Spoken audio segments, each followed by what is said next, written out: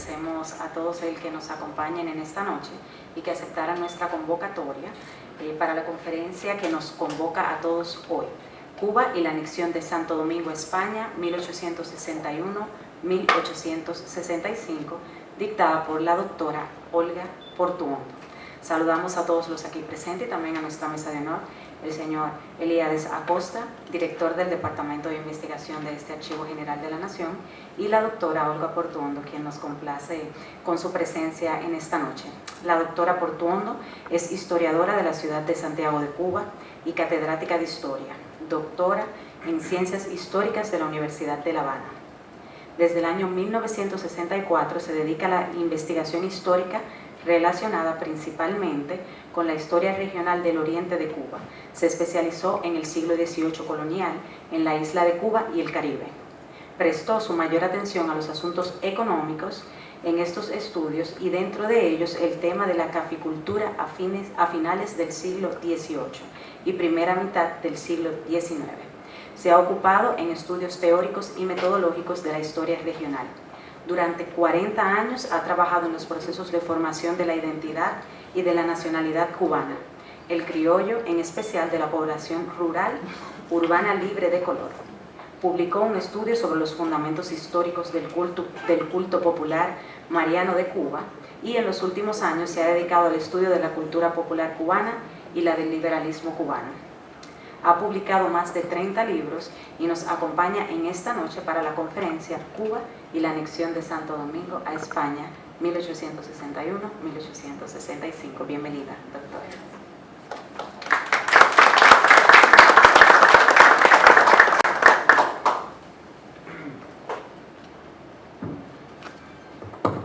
Muy buenas noches, compañeras, compañeros, doctor Roberto Casá, doctor de León y demás amigos y compañeras presentes. Me place mucho dar la bienvenida a estudiantes de nuestro curso, que hay varios aquí, que han venido, como anoche en la presentación que se hizo de uno de los tomos de Historia General del Pueblo Dominicano, vi muchos alumnos de nuestro curso.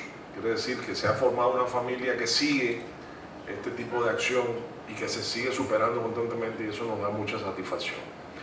Yo le voy a robar un minutico nada más a la doctora Portuondo para hablar de su, no tanto de su trayectoria, que aquí ya ha sido expuesta, sino de lo que representa ella para nosotros, los investigadores y los estudiosos de la historia de Cuba. La historia de Cuba, como casi suele suceder en casi todos los países, tiene su centro, su epicentro, como es habitual, en las capitales. Son las capitales las que, por razones de espacio, de instituciones, de recursos, han centralizado la generación de conocimientos historiográficos y han tenido, en algunos casos, casi el monopolio de las investigaciones. En Cuba, por suerte, sobre todo a partir del año 1968, cuando se conmemoró el centenario del inicio de la Guerra de Independencia, comenzó un proceso de descentralización de las investigaciones históricas. Y ahí emergió como un polo muy fuerte la ciudad de Santiago de Cuba por derecho propio. En ese caso tenía una tradición, tenía una universidad, incluso antes de la Revolución, la Universidad de Oriente, que por cierto me he encontrado aquí informes a Trujillo sobre la Universidad de Oriente como foco de comunistas. Y lo era en alguna medida porque había muchos profesores republicanos españoles, excelentes profesores, que además muchos de ellos eran militantes de izquierda y algunos eran militantes del Partido Comunista Español.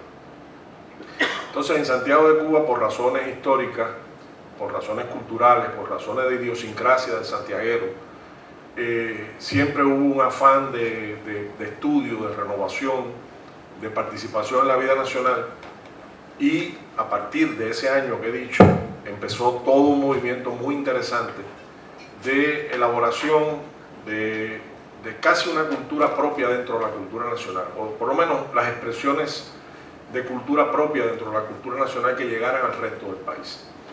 Fue el momento en que surgió el teatro de relaciones, de nuestro gran amigo Raúl Pomares, que hacía teatro de calle. Fue el momento donde empezó a nuclearse el grupo que luego alrededor de los hermanos James, sobre todo de Joel James, que luego dio origen a la Casa del Caribe en Santiago de Cuba. Fue el momento de eclosión de una iniciativa cultural muy interesante que fue la calle Heredia, que permitió los fines de semana, sobre todo, hacerla peatonal y que todas las manifestaciones de las artes estuvieran ahí de forma gratuita al alcance del pueblo. Y dentro de todo ese grupo y esa playa de gente que venía con ímpetu, queriendo hacer y queriendo sobre todo poner de manifiesto las raíces de la ciudad y de la región, todavía era provincia de Oriente, no se había dividido como luego se dividió en 5 provincias. Santiago de Cuba tuvo un protagonismo en la ciencia nacional, sobre todo las ciencias sociales y la historia. Ahí es donde ubico a una figura como la doctora Olga Portuondo, que desde tanto tiempo ha ganado un merecido prestigio, que cuando empezó a crearse en el resto del país, porque ya La Habana la tenía hace muchos años, la figura del historiador de la ciudad, fue unánimemente aceptada, lo cual es muy difícil entre santiagueros que alguna decisión se tome por unanimidad, unánimemente aceptada por todos como la historiadora de la ciudad. Y ha hecho un excelente trabajo y ha hecho una labor encomiable de poner nuestra cultura en el mundo y de también poner la cultura del mundo en el país y en la zona oriental. Por esa razón, cuando aquí conocimos de la posibilidad de hacer una investigación de este tipo, que relacionara el departamento oriental de la isla de Cuba con los sucesos que tenían lugar de forma casi inmediata en Santo Domingo, con la anexión a España y con la guerra de la restauración, nos pareció muy importante porque es algo que se ha estudiado de una manera tangencial. O sea, no teníamos hasta ahora, vamos a tener esa suerte. De hecho, anuncio que bajo el aliento directo del doctor Roberto Casá vamos a tener 2 tomos en el mes de febrero publicados, uno con esta investigación que ella va a dar un avance hoy con su conferencia, y el segundo una compilación de documentos relacionados con esta investigación. De manera que ella nos volverá a visitar en febrero, tendremos aquí los 2 libros a la mano, podremos disfrutar de lo que vamos a tener un anticipo hoy y augurar que va a ser un aporte importante para ambos pueblos. Porque repito, la historia no solo es la historia de las capitales, la historia es sobre todo la historia de la tierra, la historia del interior de los países, de las pequeñas comunidades, de los municipios, de las regiones a veces rurales, apartadas, pero que tienen una impronta en los países decisiva para entender esto. En el caso de la independencia de Cuba no se puede entender sin la participación de las reservas dominicanas que fueron llevadas tras la evacuación, sin el intercambio constante de viajeros en uno y otro sentido, de figuras que fueron para nosotros señeras en la cultura y que venían y procedían de Santo Domingo y que ahora se pondrán más de manifiesto en estas investigaciones. Por lo tanto, nos felicitamos de tener a la doctora Olga Portuondo con nosotros y que sepamos que tenemos en ella una aliada y una amiga incondicional en los estudios históricos que unen a ambos pueblos. Muchas gracias.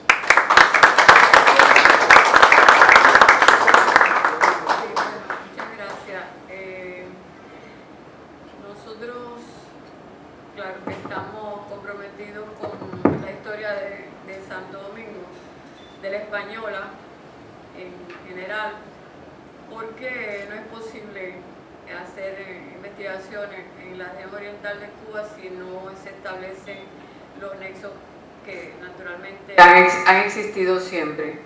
Por ejemplo, estoy recordando que cuando escribía mi libro sobre la Virgen de la Caridad, resulta que el primer ermitaño de la Virgen venía de Santo Domingo. Era cuando se produjo el desmantelamiento de las regiones del norte y occidente de la española. Entonces, desde entonces, y claro que siempre he incidido en esta problemática de vincular la historia sobre todo de Santiago de Cuba, que me he ocupado en gran medida, y en general de la región oriental, con el territorio de la Española, porque aún ya se sabe la inmigración procedente de Saint-Domingue, pero incluso un poco solapada queda también la inmigración de Santo Domingo a la región oriental de Cuba y particularmente a Santiago de Cuba, sino solamente los habitantes o aquellos que salieron incluso con sus esclavos desde Santo Domingo, sino también de Santo Domingo, algunos también cargando con sus esclavos, por cierto.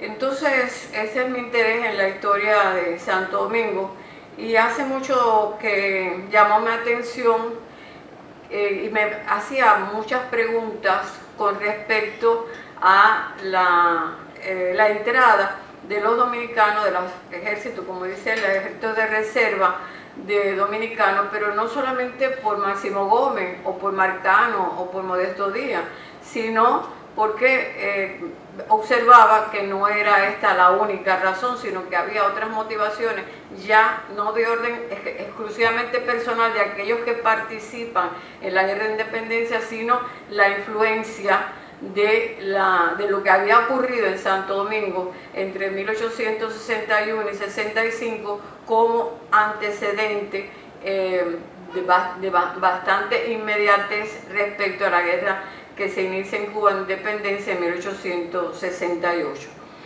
Y creo que muy adecuadamente este año hemos terminado, bueno, ya hace casi año y medio que terminamos esta investigación, solo que por razones de salud no había podido traerla a Santo Domingo, como habíamos quedado con Elías, pero se está conmemorando en Cuba ya en este año, dentro de unos días, el 150 aniversario del inicio de la guerra de independencia, el 10 de octubre del 68, que tiene mucho que ver con esto que les acabo de señalar. Entonces, yo voy a hacer una pequeña introducción, pero para mí es imposible referirme a todo el texto, de manera que voy a trabajar solamente un elemento que está vinculado con Santiago de Cuba y que creo que puede dar una idea de esta relación de influencia, de interrelación, de cómo la guerra de restauración, fundamentalmente la anexión y la guerra de restauración, va a influir dentro del sentimiento y de los deseos de independencia que se van a producir en Cuba. Como introducción debo decirles, porque creo que tiene mucha importancia en lo que se refiere al hecho de que la plutocracia de la isla de Cuba, y fíjense que digo la plutocracia de la isla de Cuba, no digo cubana, porque ya en el momento en que en los años 50, 60 existía la explosión de los grandes ingenios azucareros en la región occidental y iba avanzando hacia el centro de la isla, había muchos grandes propietarios que no eran precisamente solo cubanos, aunque quedaban, como los Alfonso, por ejemplo, quedaban dueños de plantaciones azucareras. Pero en estos años, ya de mediados del siglo XIX, comenzaba la crisis de la necesidad de fuerza de trabajo esclava. No olviden que Gran Bretaña va a declarar la abolición de la trata y de la esclavitud, y posteriormente la propia Francia. Es decir, que esa situación, aunque la trata ilegal se mantuvo hasta incluso después de iniciar la guerra de independencia, esta era una necesidad urgente que sabemos por todas las opiniones que se estaba buscando es una fuerza de trabajo que se pudiera suplir aquella de los esclavos que por razones del trato a que se les sometía pues desaparecían, y luego y también por lo que digo de la expansión azucarera hacia el centro de la isla, de manera que esta es una razón que prevalece entre esa plutocracia ansiosa de mantener su poder y de seguir enriqueciéndose.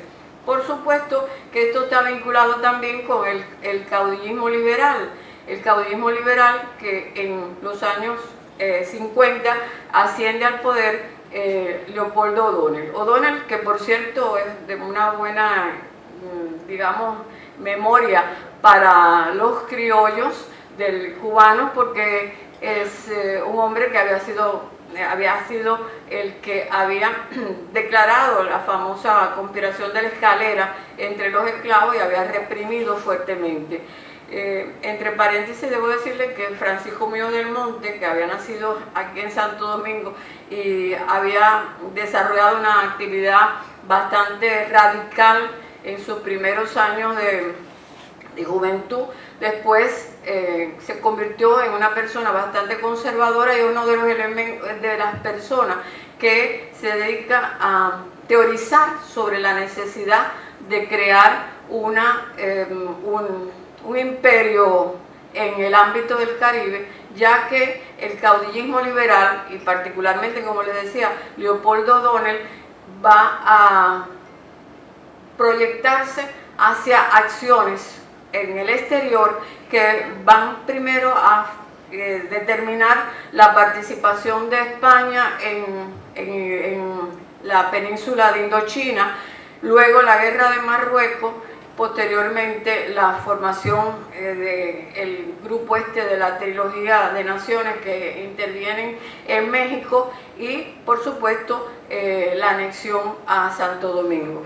Esta anexión de Santo Domingo, que había sido reclamada no solamente por Pedro Santana, sino por otros muchos, digamos, dirigentes, presidentes de la isla, de la República Dominicana, entre otras razones, como el argumento fundamentalmente de la invasión haitiana y también otra motivación, que es la de el avance de los intereses norteamericanos que pretendían establecerse sobre todo en Samaná. Los de Samaná, la bahía de Samaná prácticamente se convirtió en un mito de algo así como que iba a resolver todos los problemas en el ámbito del Caribe y iba a tener, bueno, no solamente la ambición de Norteamérica, sino también de Francia, por ejemplo.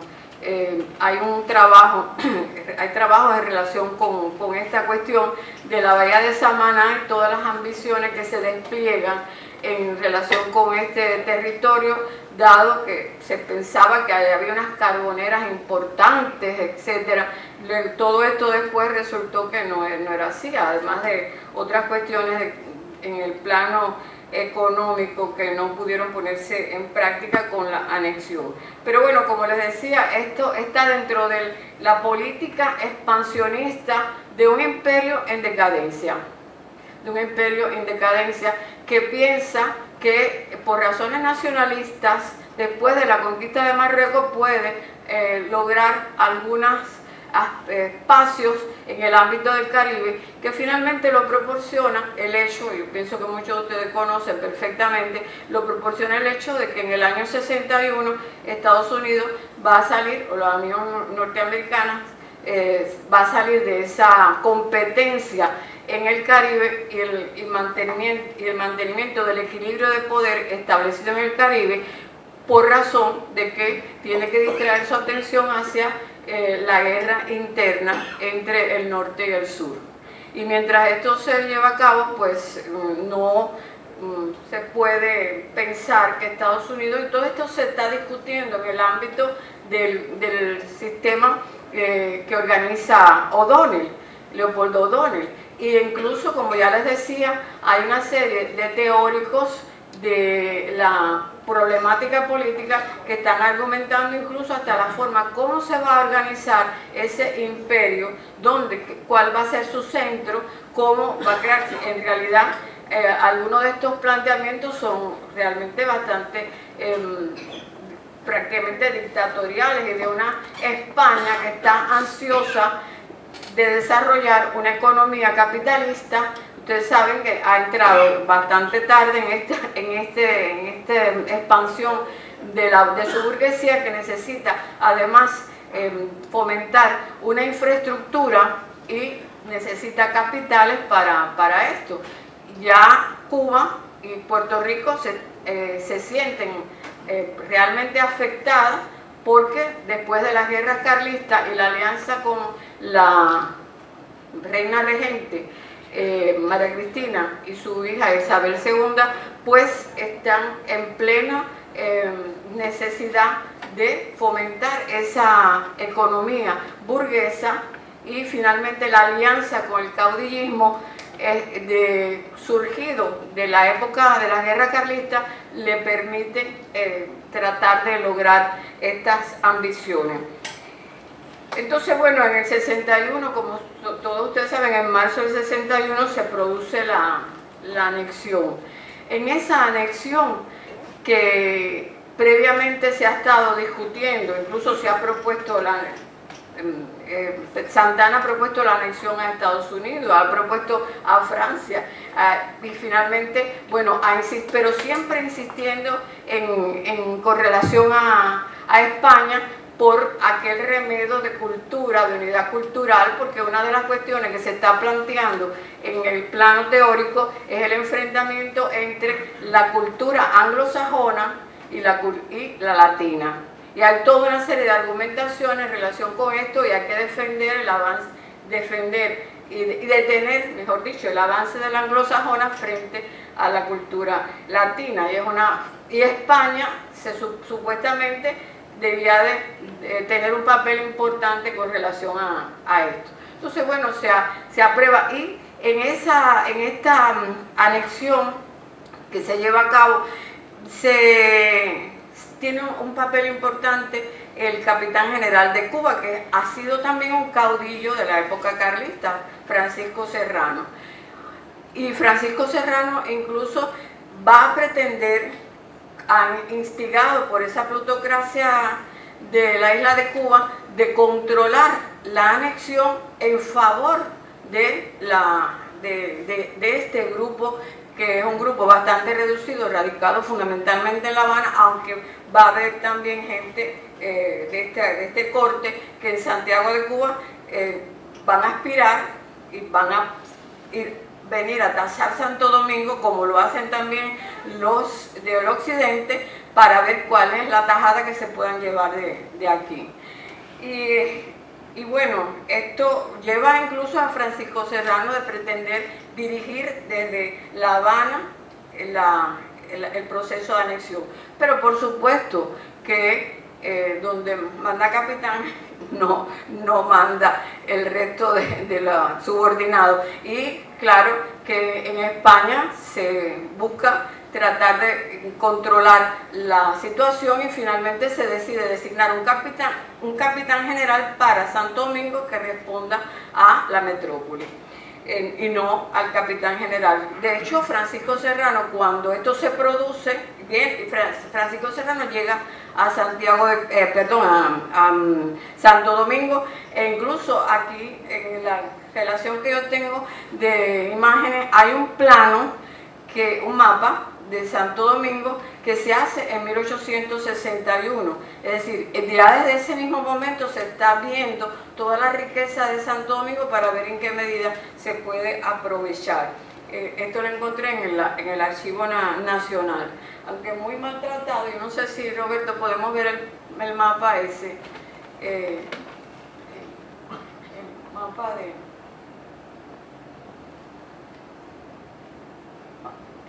Este mapa lo encontramos y está dibujado por un francés de Lamy, que en este momento era un individuo que es un grabador muy importante en la ciudad de La Habana. Después él se va a trasladar a Santiago de Cuba. Bueno, decíamos que por lo que yo me refería al tema de la ocupación de Santo Domingo, entre los intereses estaba incluso buscar el pretexto para entrar en Haití, porque todo el tema con respecto a la plutocracia del occidente está en buscar fuerza de trabajo, del tipo que sea, porque se analizaba fuerza de trabajo libre o fuerza de trabajo esclava, con independencia de que uno de los compromisos de Pedro Santana es mantener el hecho de que estaba abolida la esclavitud en Santo Domingo, y va a ser uno de los argumentos realmente el temor a que se vuelva, bien fundado, en que se vuelva a establecer la esclavitud en Santo Domingo, ya que en Cuba, si se unía a Cuba y a Puerto Rico, donde lo que prevalecía era la esclavitud. Es decir, que dentro de los argumentos para los alzamientos y el enfrentamiento a España está esto.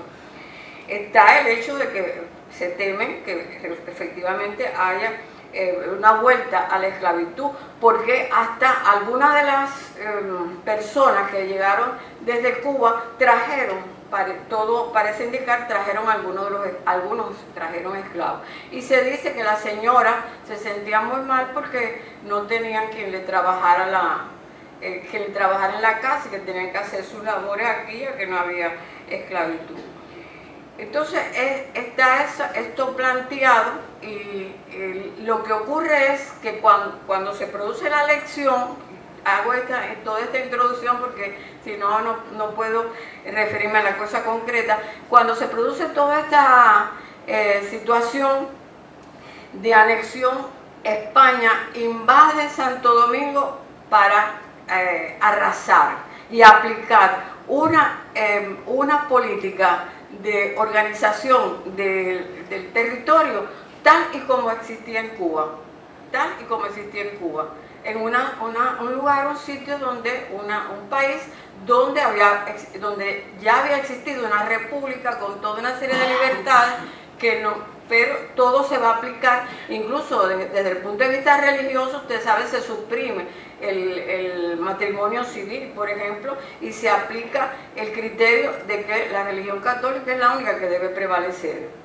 Entonces comienza a perseguirse a los protestantes, a aquellos que practicaban el protestantismo en el norte, como en Puerto Plata o en la propia Samaná, etcétera, se empiezan a perseguir. Y claro que todo esto va a crear disgusto, como el hecho de que inmediatamente se ven digamos que no va a haber ningún tipo de provecho, con independencia de que se pueda hablar de endeudamiento, de que empezó a entrar una cantidad bastante grande de recursos económicos para poder mantener el ejército, que desde el primer momento comienza a invadir el territorio, a saquear y a organizar un aparato administrativo que simplemente crea leyes que aquí no se concebían, como crear impuestos incluso para las lavanderas o para otro tipo de fórmula económica de carácter bien elemental. Entonces esto,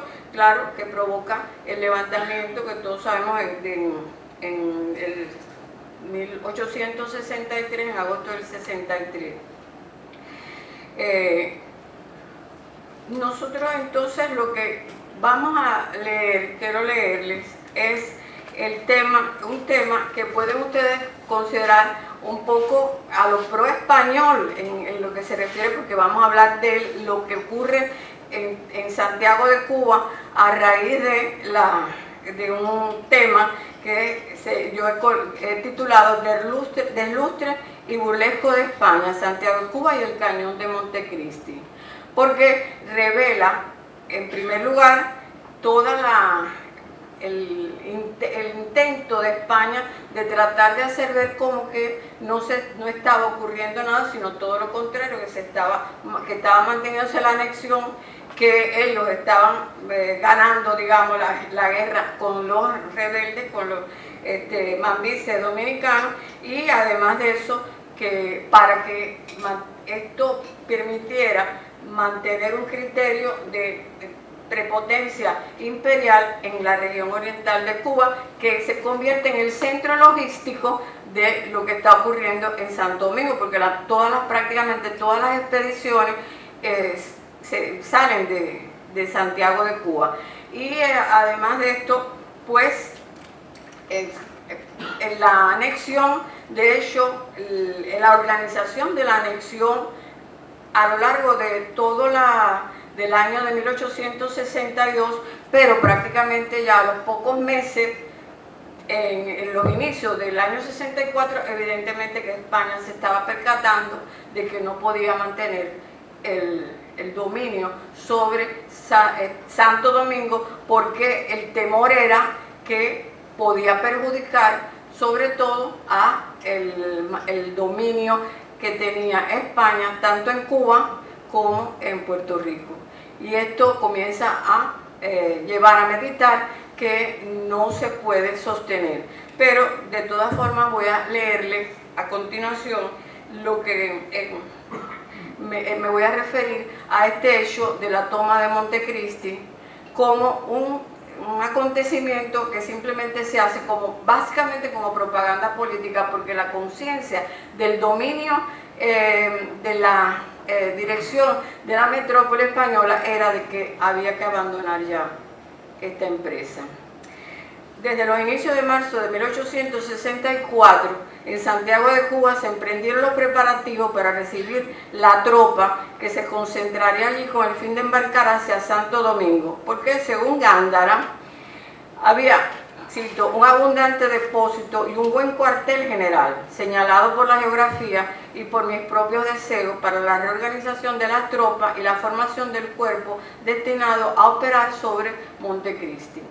El Ministerio de la Guerra había propuesto que la expedición se organizara en Santiago de Cuba, se dirigiera a la bahía de Manzanillo y desde allí marchar sobre Santiago de los Caballeros para que, cito, produjese la toma de este último punto y la dispersión más o menos completa del grueso de los rebeldes.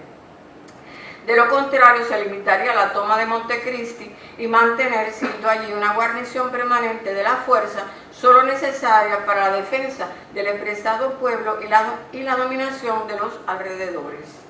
Desde los comienzos de la acción sobre Montecristi tenía los visos de una operación cuyos previstos aparentes resultados serían demostrativos para los periódicos peninsulares y los habitantes de Cuba y Puerto Rico, como manifestación del control militar de España sobre los insurrectos de Santo Domingo. Es decir, que era todo una fórmula de apariencia.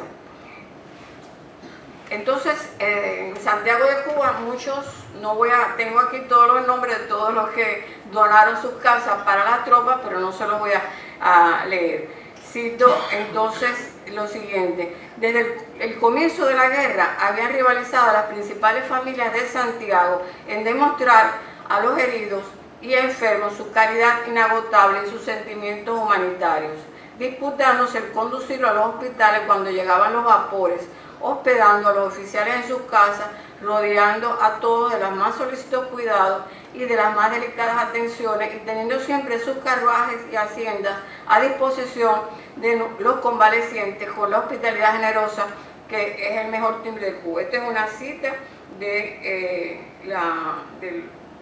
periódico.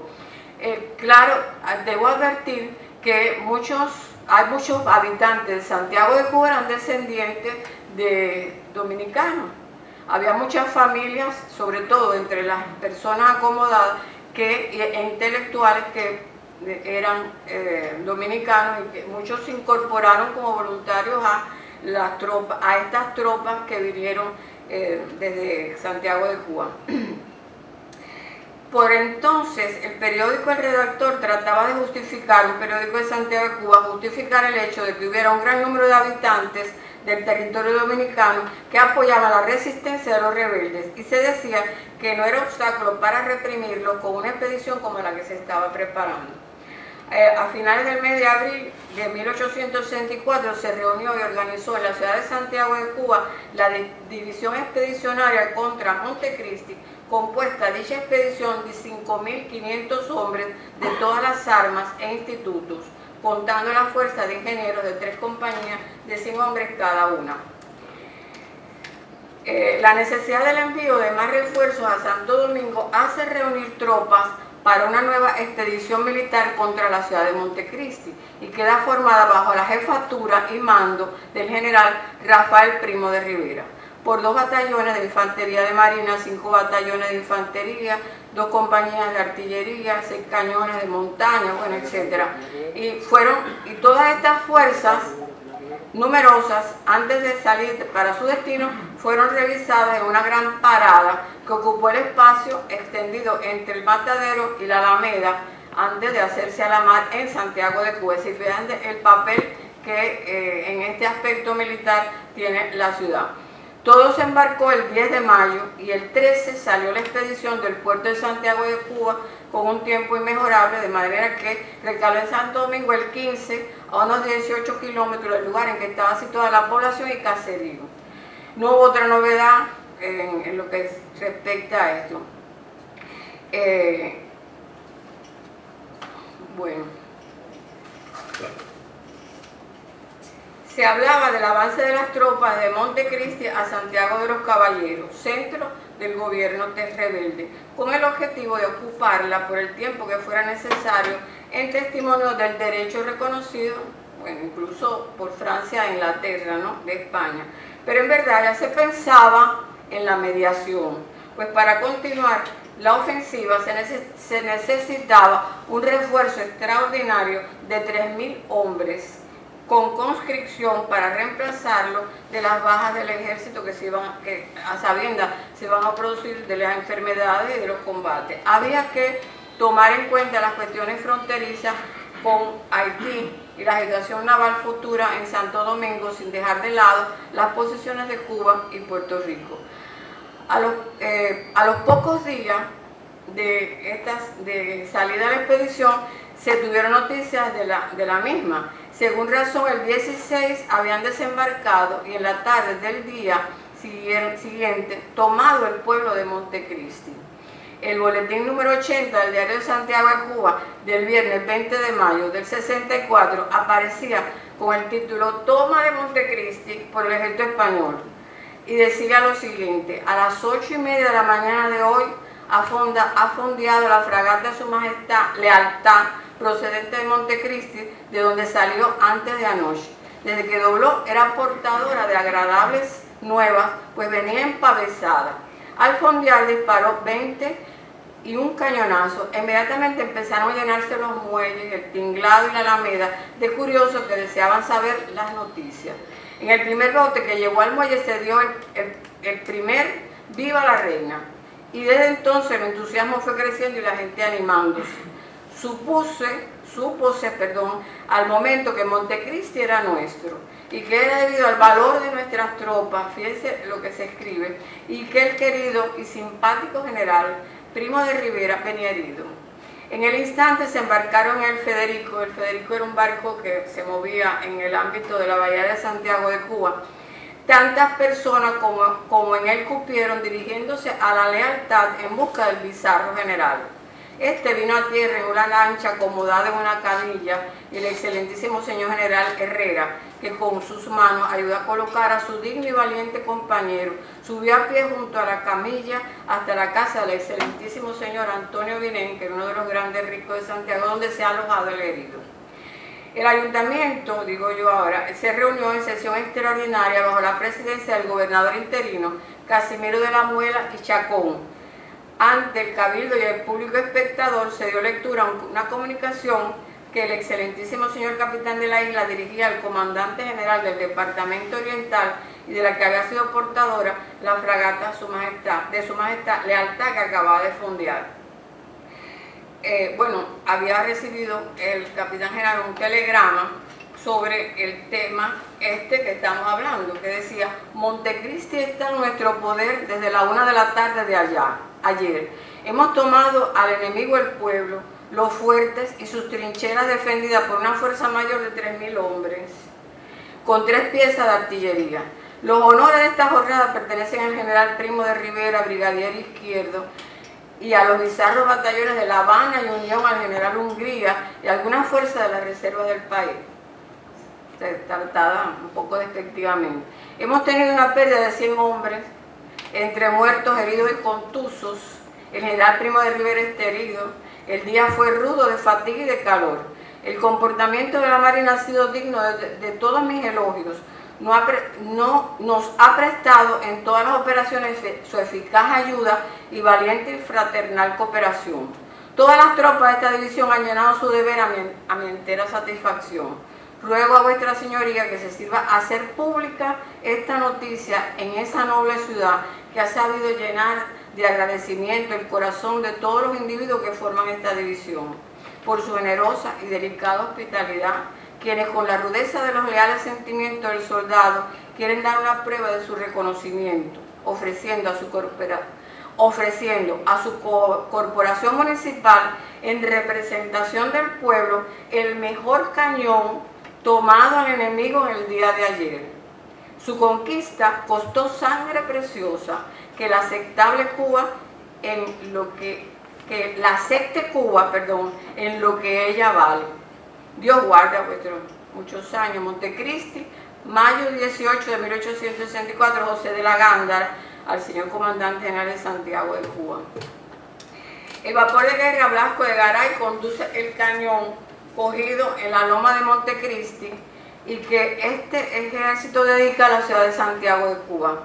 En toda la isla, al conocerse la noticia, hubo demostraciones de gozo e incluso en las iglesias tocaron las campanas. En Santiago de Cuba, el regimiento de la Reina tocaba música para comunicar su júbilo al público en general. A continuación, una nota del redactor daba cuenta del fin de la insurrección, como si no hubiera pasado gran cosa de agosto de 1863 en la vecina isla. Dice el redactor, la insurrección queda ya, por cierto, así sofocada. Este triunfo asegura la causa legítima, sus derechos al territorio devastado por la terquedad de un puñado de revoltosos que, hollando el orden, han enarbolado en aquella desgraciada isla el pendón de la discordia. Hoy solo hay que esperar que algunas partidas rezagadas escaramucen a nuestras tropas para más tarde sufrir el consiguiente descalabro a su pueril e injusta insistencia. Estas palabras debieron ser creídas solo por un grupo de los más fanáticos integristas. El resto de la población convertiría el espectáculo del cañón en un motivo de chanza y divertimento en época de la celebración del Corpus Christi, y si se tiene en cuenta la proximidad de los mamarrachos a iniciarse el 20 de junio, día de San Juan. El cronista Emilio Bacardí y el historiador Juan María Ravelo, ambos santiagueños, se refirieron a este acontecimiento que quedó en su memoria como paradigma de inútiles acciones militares. Como era natural y lógico, el ayuntamiento aceptó gustoso el regalo y quedaron comisionados el alcalde Miguel Bou y el concejal Manuel Cisneros para organizar y disponer lo pertinente a actos y festejos de recepción. Prestos comienzan sus gestiones y encargan la construcción y adorno de un carro y una cureña a Emilio Sarlabous, los que serán arrastrados por troncos de caballo debidamente enjaezados que ofrece gratis José Sánchez Pastrana. El cañón es de 24 pulgadas, de hechura antigua de hierro y cureña de caoba. El diario de Santiago de Cuba competía con el redactor en invocar el ardiente patriotismo de los santiagueros por la procesión cívica presenciada por los moradores de esta ciudad agolpados en las calles de la Carrera. La solemnidad tendría lugar el lunes 6 de junio, iniciándose con un repique de campanas a las 5 de la mañana. A las 5 de esa misma tarde, desde la sala consistorial, se haría un recorrido en el cual el cañón iría en un carro tirado por 3 troncos de caballo adornados que recorrerían las calles Marina, San Juan las calles, hasta nuevamente el tinglado de la Marina. El cañón fue desembarcado, ascendió por la ciudad. Ustedes saben que Santiago está formada por diferentes terrazas, en los que han visitado la ciudad, y la marcha de la procesión, ¿quiénes iban en la procesión? La marcha de la procesión la rompían soldados heridos e inutilizados en la campaña de Santo Domingo. Figuraban en el cortejo las autoridades, todas las corporaciones, jefes y oficiales del ejército y la armada y los voluntarios. El ayuntamiento de luego destacaba en el desfile y durante el trayecto efectuado ante la gran curiosidad del público menudeaban gritos de ¡Viva la Reina! Se hizo pues un grande y bullicioso alarde. Detrás del cañón, puesto en un carro a propósito pintado de blanco, adornado con el escudo de Cuba y de flores coronas de laurel y con 8 banderolas nacionales en las que se leían los nombres de los cuerpos que componían la división que hacía el regalo. Las calles estaban vistosamente engalaнаdas, etc. Bueno, solamente, por ejemplo, se construyeron varios arcos de triunfo, vistosos, sencillos y elegantes en las esquinas de las de San Francisco y Enramada, y se hacían alusión a todos los jefes, Gándara, Primo de Rivera, Herrera y Hungría, a los brigadieres Blas Villate, que muy conocido en Cuba, después por supuesto Izquierdo también, que participaron a favor de España en la lucha por la independencia, y los jefes del Estado Mayor. En el trayecto de la procesión una inmensa multitud se agolpaba en las aceras, bocacalles, tejado y azotea. Se elevaron 7, 8 o a 9 globos, se quemarían castillos de fuegos artificiales y el cañón siguió hasta la Plaza de Armas y se detuvo frente a la Casa de Gobierno donde se colocó. Por la noche también hubo en el atrio de la catedral fuegos artificiales, se cantaron himnos a Cuba por voluntarios y toda esa parafernalia llegaba hubo hasta luz eléctrica durante 2 horas y media. Y se compuso una danza con el nombre del cañón, yo traje la parte, tenemos la danza aquí. Ese es el cañón que como ustedes ven está en el Museo de Santiago de Cuba, y esa es la danza.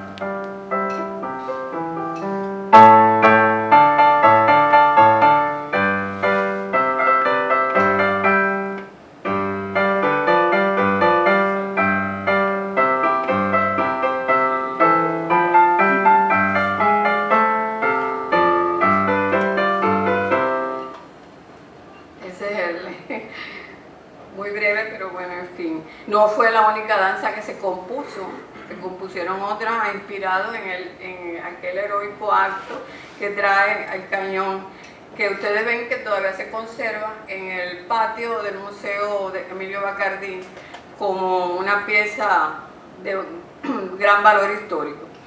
El alférez real Andrés Duane dirige al ayuntamiento un entusiasta escrito en el que manifiesta que fundado en las grandes virtudes de la milicia española, ha sido obra casi exclusiva del principio religioso y que sus hechos famosos, inmortalizados por la historia, reconocen como origen la fe de Jesucristo y que no poseyéndose un museo ni otro edificio público ni monumental donde pudiera colocarse dignamente la preciosa prenda, debería depositarse en la Santa Iglesia Metropolitana y al lado del apóstol Santiago, patrono de Cuba y de España.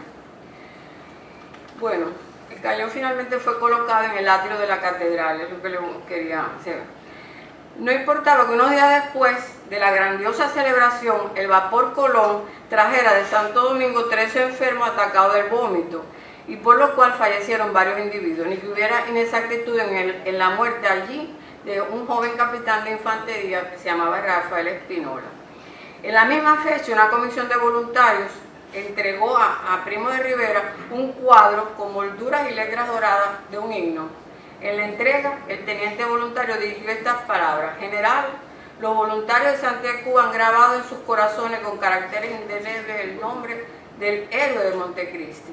Se refería al 17 de mayo de 1864, triunfo de la división española. Así se honró también hasta Agustina Cortina de la Gándara, a sus hijas, a la señora de Balmaceda, a la señora y señorita de la Muela, a la señora de Bú y a la señora y señorita de Villaltri.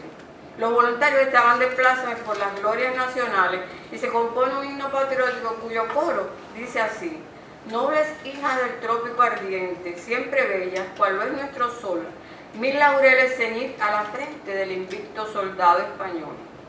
Entonces el comercio aprovechaba para vender 2 bonitos paisajes de Montecristi, donde se veía a los valientes pasando el río con el agua a la cintura, y también a los dominicanos. En el teatro, una compañía dramática preparaba una alegoría con el nombre de la toma de Montecristi, y para colmo una señorita componía una danza dedicada al mariscal de campo Rafael Primo de Rivera con el título El héroe de Montecristi. No ocupaba demasiado espacio en aquel momento el acontecimiento del fallecimiento del teniente general Pedro Santana, marqués de las Carreras, senador del Reino, condecorado con las grandes cruces de Carlos III e Isabel la Católica, porque salió una pequeña notita en el periódico refiriéndose a su fallecimiento.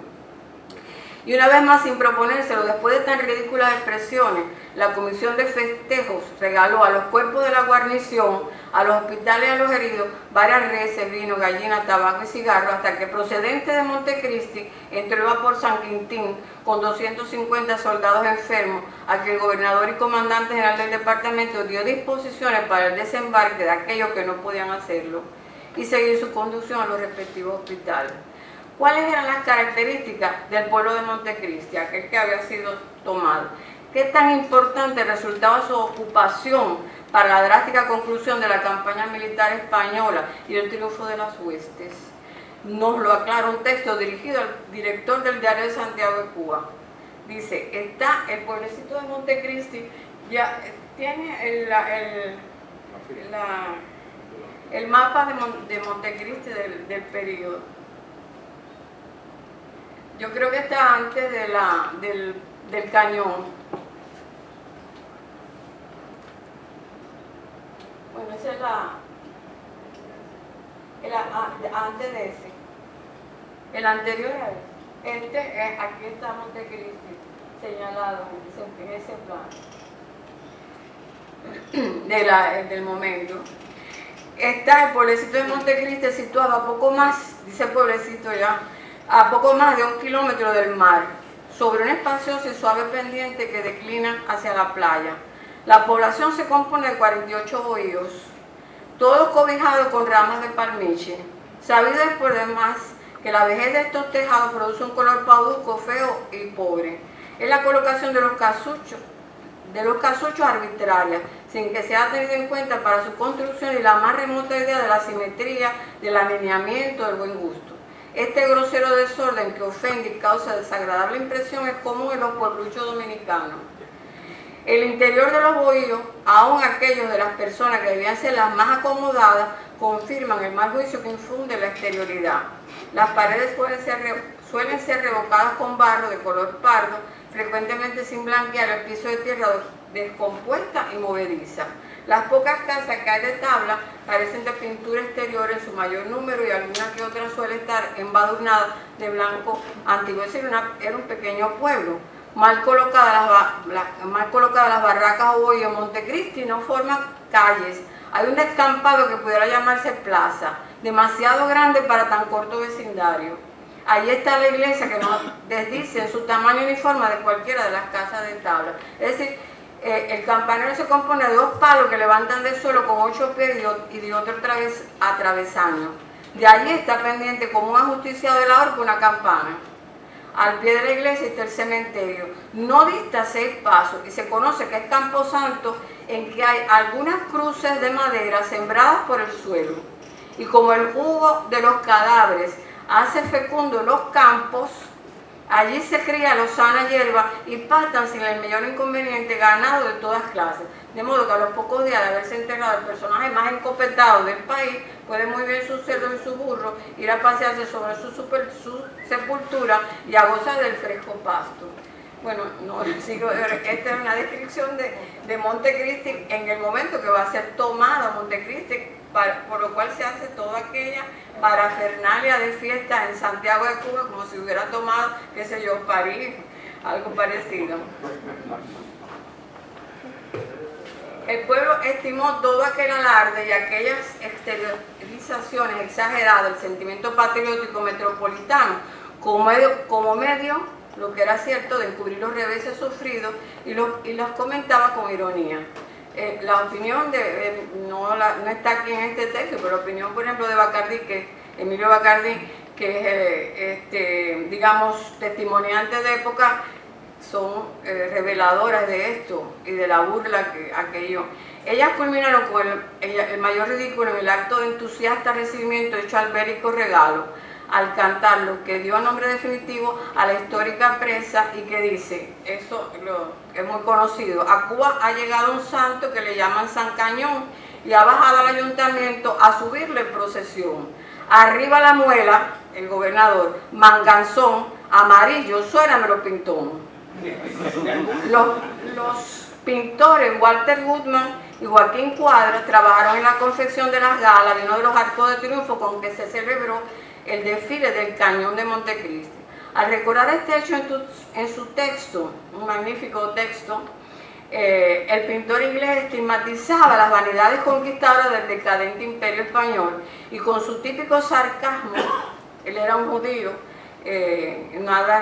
por tanto no estaba vinculado a la Iglesia Católica, ni mucho menos, y con su típico sarcasmo escribe, entre comillas, que con la procesión se celebraba la gloriosa campaña de Santo Domingo, entre comillas. En la página de su libro, Un artista en Cuba, Walter Goodman pone en evidencia la derrota española al comparar toda esta algarabía con el arribo de los barcos procedentes de la vecina isla que traían a los soldados enfermos o heridos. Comentaba que con motivo de un mal llamado triunfo de las fuerzas españolas en Montecristi, que no fue más que una retirada, se produjeron desfiles de soldados que celebraban en Santiago de Cuba la victoria y hasta se confeccionó un arco de triunfo con la participación de su colega Joaquín Cuadra, situado en la calle de Santo Tomás, próxima a Enramada, dirigido para conmemorar la victoria. Luego de la euforia de aquellos primeros momentos, vinieron las quejas de muchos de los propietarios de instituciones y casas que habían alojado a las tropas antes de la salida hacia Montecristi.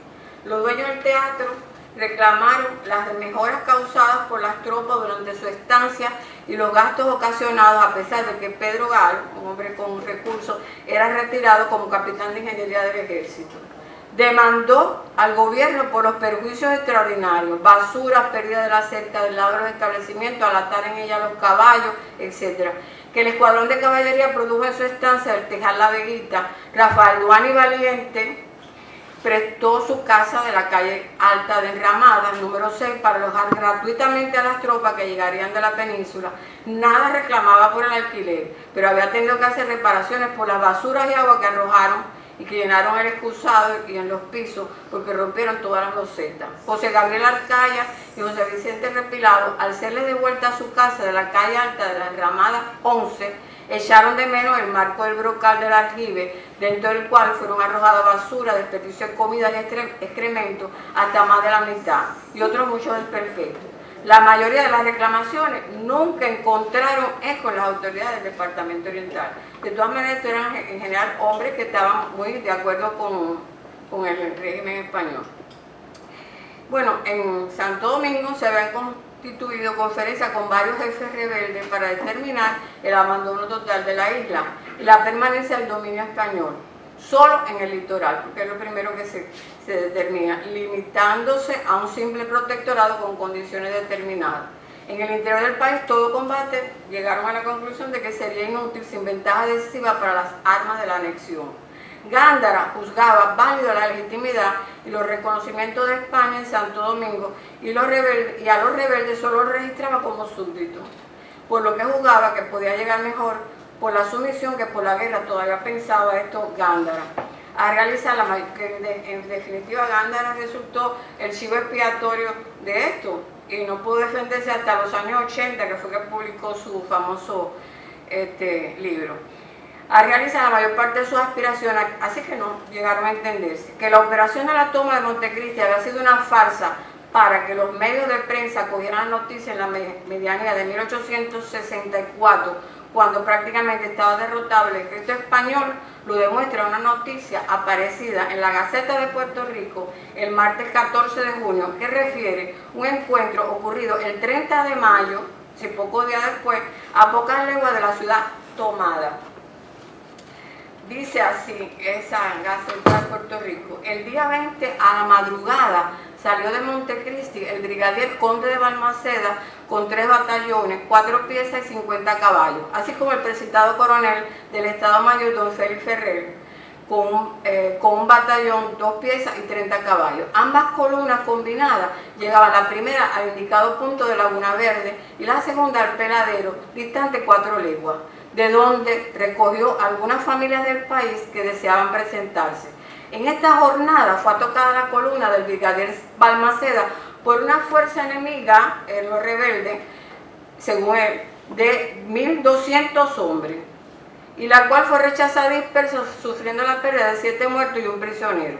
La nuestra fue de 2 muertos, 6 heridos y 4 contusos. Asimismo, fue utilizada la columna del coronel Ferrer, siendo también el enemigo desalojado, y dispersos, con pérdida de 6 muertos y algunos heridos que se les vio retirar. Nosotros tuvimos 7 heridos. Bueno, siempre usted saque los partes que dan las autoridades, pues ellos salen mejor que los otros. En noviembre de 1864, el comandante de Marina de la provincia de Santiago de Cuba, que era al mismo tiempo de la estación perteneciente a las Fuerzas Navales de Santo Domingo, situada en aquel puerto, dio las instrucciones para que el servicio marchara consecuentemente. Las eventualidades del Estado Excepcional de las Américas han llamado la atención de Su Majestad y del Consejo de Ministros, por lo que se decidió someter a la pericia de las Cortes la cuestión de Santo Domingo, según Real Decreto de 11 de octubre de 1864. Se resolvió suspender el envío de considerables refuerzos y renunciar a toda operación sobre el interior por ineficaz para la pacificación en el breve tiempo de 4 meses. Se discurría la posibilidad de eventualidades que comprometieran intereses más graves e importantes en las Antillas. Gándara formulaba su disposición a situar todas las fuerzas y recursos militares con que contaba al primer amago de la intranquilidad en la isla de Cuba, porque les preocupaba ya esto. Y al tal punto le preocupaba que después la Armada que combatió en el Pacífico en Chile y Perú, en vez de ir hacia La Habana, pasó por Santiago de Cuba y se creó también un espectáculo parecido al de la toma de Montecristi, pero ya la gente no se prestó tanto a aquella apariencia. Por considerar que era el modo de interpretar las elevadas miras del gobierno. Mientras se trataba de salvar la dignidad nacional mediante las negociaciones intentadas en el territorio de la República de Haití, que se trasladaron hacia allá. Entonces, bueno, Alejandro Angulo Guridi criticaba la prensa de La Habana y una parte de la de Madrid, que creía que España, dominando Santo Domingo, tenía mayores probabilidades de conservar Cuba y Puerto Rico. Para él esto era un error, pues el progreso económico y político de Estados Unidos haría cumplir la doctrina Monroe para poner fin al imperio ultramarino en estos mares, lo que es algo que va a ocurrir muchos años después.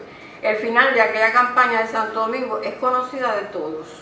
Terminó con la retirada del país del gobierno español y la restauración de la República Dominicana. Cito lo siguiente: la guerra, esto es del Estado Mayor español, la guerra que aquí se hace y que es necesario hacer está fuera de todas las reglas conocidas. El enemigo que encuentra facilidades en todos los que son obstáculos para nosotros las explota con la habilidad y acierto que dan el instinto y la experiencia de 18 años de guerra constante con su vecino de Haití. El conocimiento de las condiciones de nuestros enemigos, sus fuerzas y sus recursos, la forma y los accidentes del país donde se hace la guerra, las fuerzas de nuestro ejército, las atenciones que tiene que cubrir, las necesidades que hay que satisfacer y los medios de transporte de que podamos disponer serán los antecedentes que me guíen en el curso de esta comunicación para establecer las conclusiones que someta a la consideración de vuestra excelencia como las más convenientes para servir de fundamento a una campaña activa y resuelta que conduzca al resultado apetecido de vencer la revolución y dejar airosa la honra de España. Y dice así: el dominicano, sin distinción de colores ni de razas, es individualmente buen hombre de guerra, valiente y sobrio, endurecido y acostumbrado a la fatiga, no teme los peligros y casi no tiene necesidades. La mayor parte de estas ventajas individuales, en otras partes dice que nada más que se alimentaba de plátano, la mayor parte de estas ventajas individuales desaparecen sin disciplina, desaparecen desde el momento que forma parte de un cuerpo numeroso sin disciplina, sin instrucción, sin confianza en sus jefes, cuya ignorancia en las materias de guerra desconocen, no pueden considerarse como tropa para combates regulares. Pero bueno, claro, es que lucharon en formas irregulares, que es lo que le lleva a la derrota de sus ejércitos.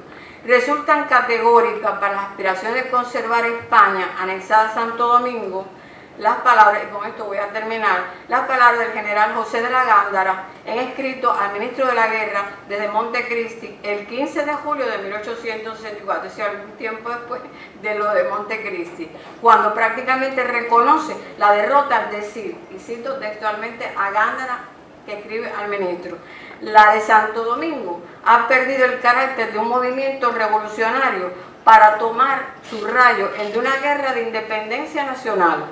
Y lo que es peor, el de raza. Y a estas consideraciones debemos arreglar nuestra conducta. Muchísimas gracias.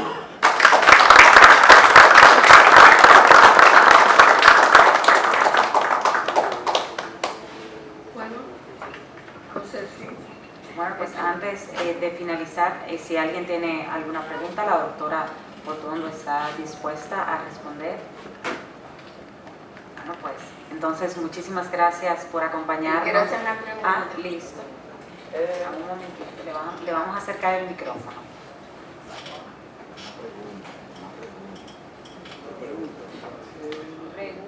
Esto que está aquí son las situaciones que se producen en Cuba a raíz del endeudamiento por la inversión de la guerra, ¿no? Sí, buenas noches.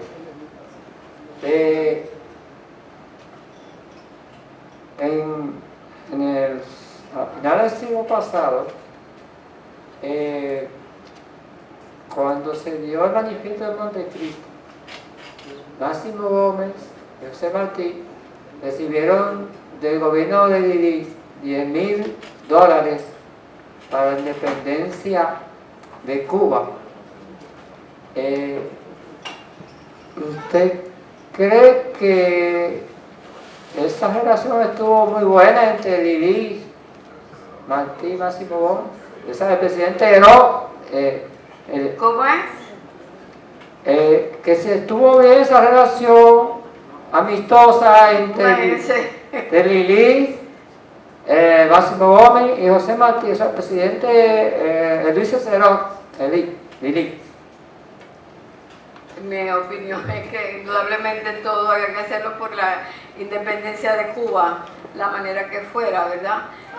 No conozco en detalle porque no soy especialista en la guerra de independencia del 95 ni tampoco la del 68, pero es la situación de que desde Montecristi sale la expedición que con Martí para iniciar la lucha por la independencia, que era importante que Martí estuviera en territorio cubano. Pero claro, nosotros nos referimos básicamente y aquí en el texto que hemos escrito, la guerra del 68, porque la guerra del 68 no solamente es Máximo Gómez, y es una de las cuestiones que yo trato de demostrar en el libro que hemos hecho, que no solamente ni Máximo Gómez, ni Marcano, ni los hermanos Marcano, ni tampoco Modesto Díaz, sino que son muchos dominicanos los que, ya sea como tropas de reserva o ya sea aquellos que trajeron como prisioneros, bien pudieron participar en la guerra, en la situación de inicio de la guerra del 68.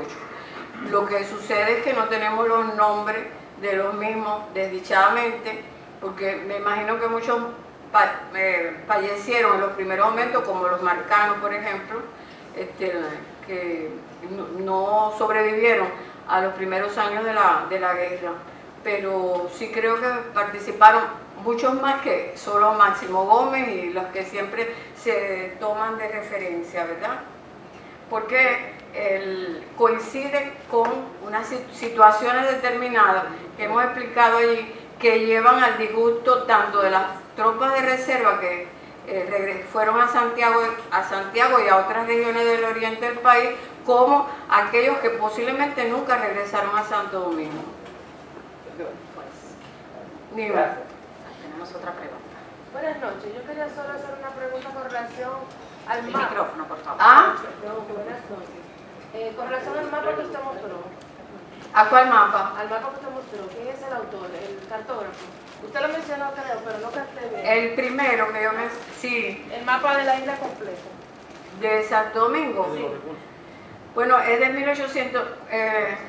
Francisco Serrano viene a Santo Domingo y permanece en Santo Domingo unos días, pero trae todo un grupo de personas con el objetivo de ver, observar y estudiar la riqueza de Santo Domingo, como ya explicaba, porque había un interés muy grande en ver cuáles eran esas riquezas para expoliarlas. Vinieron especialistas en agronomía, vinieron especialistas para estudiar las maderas de Santo Domingo, las posibilidades de fomentar, digamos, en la bahía, sobre todo de Samaná, explotar la bahía, ver las fuentes de carbón, etcétera.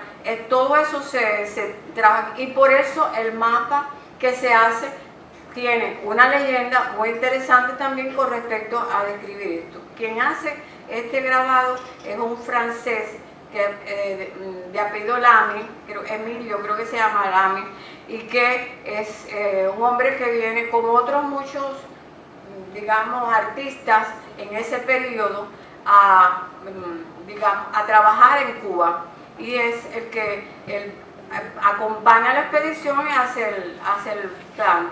Casualmente, y por eso me lo encuentro yo, aunque está roto en el medio, pero me lo encuentro yo en la Biblioteca Nacional. Me imagino, según se dice en los textos, se hicieron varios ejemplares, porque nunca un grabador hacía un solo dibujo, sino que varios ejemplares que se vendieron en La Habana y en Santiago de Cuba. Pero nada más que tenemos ese, desgraciadamente, pero es de 1861, que es la importancia que tiene. Ponme el mapa de 1861. Este es Méndez Núñez, que es el que dirige la Armada en España, en el Pacífico. Pero no, es más atrás.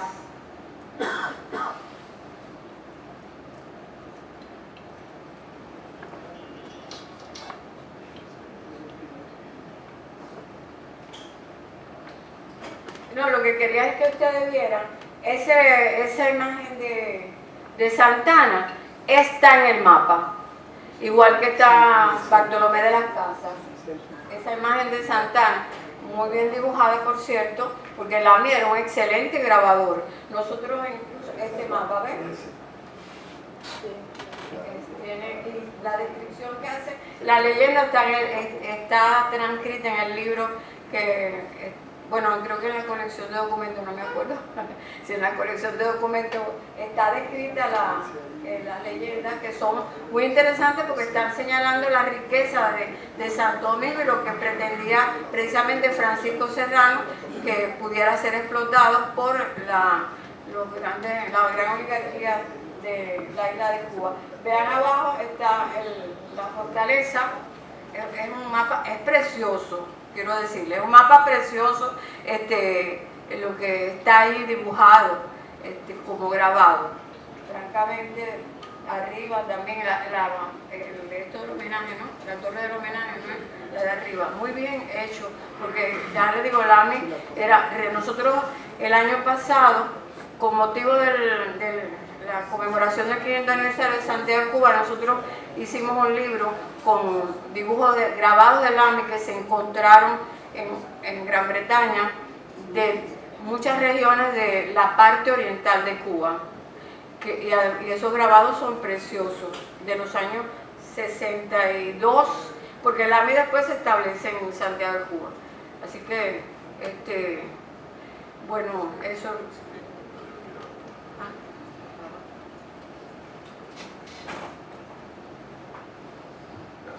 Dos preguntas, una acerca de esta tropa que usted menciona que se tiene de Santiago de Cuba, la expedición de Montecristi. Bueno, ¿qué número de tropa era? Bueno, usted mencionó varios batallones, pero bueno, sí, y sobre todo la composición. Y bueno, la otra pregunta, Olga, es sobre el impacto económico del apoyo desde Cuba a la adhesión. O sea, ¿qué implicó en términos de gasto de la finanzas de Cuba? Usted mencionaba que hubo repercusión en la crisis, pero si hay elementos de cantidades sedientas. Sí, bueno, es que vinieron tropas de España, que fueron las últimas tropas que mandó España.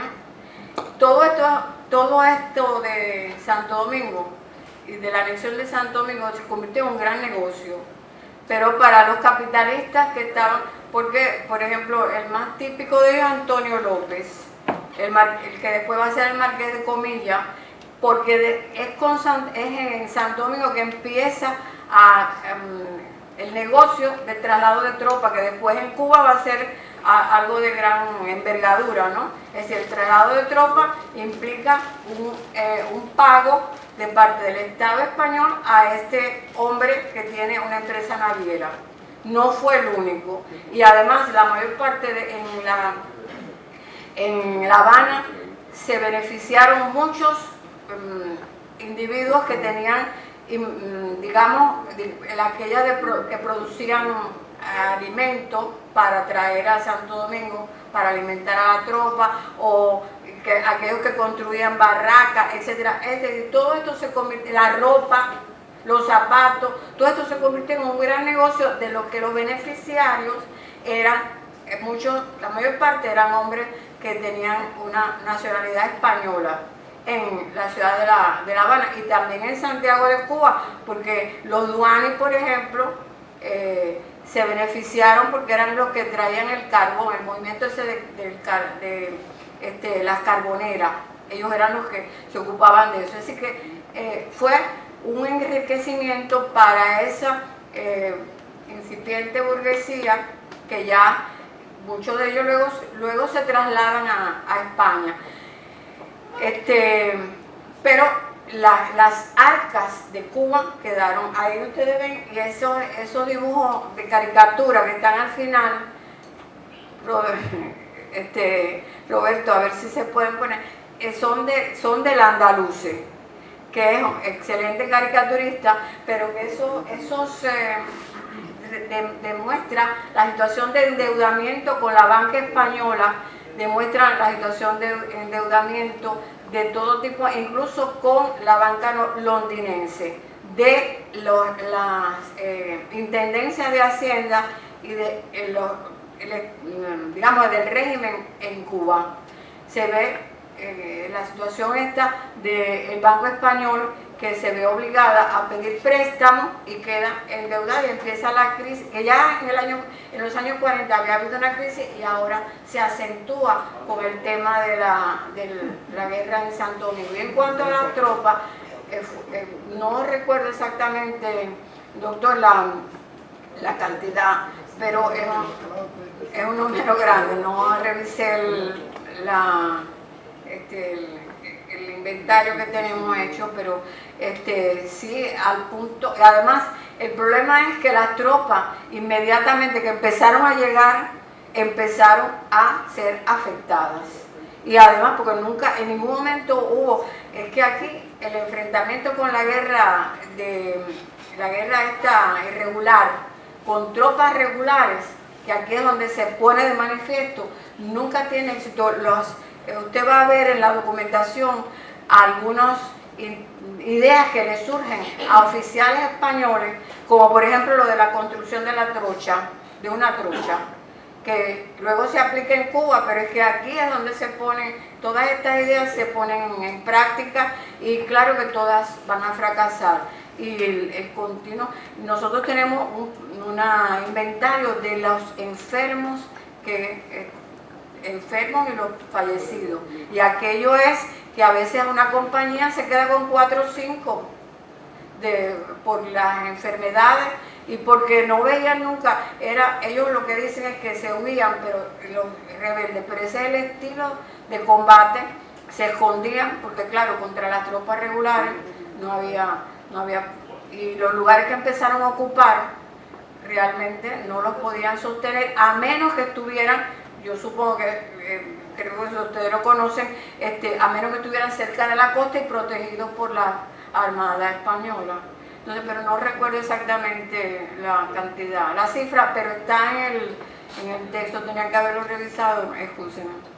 Bueno, pues muchísimas gracias por acompañarnos.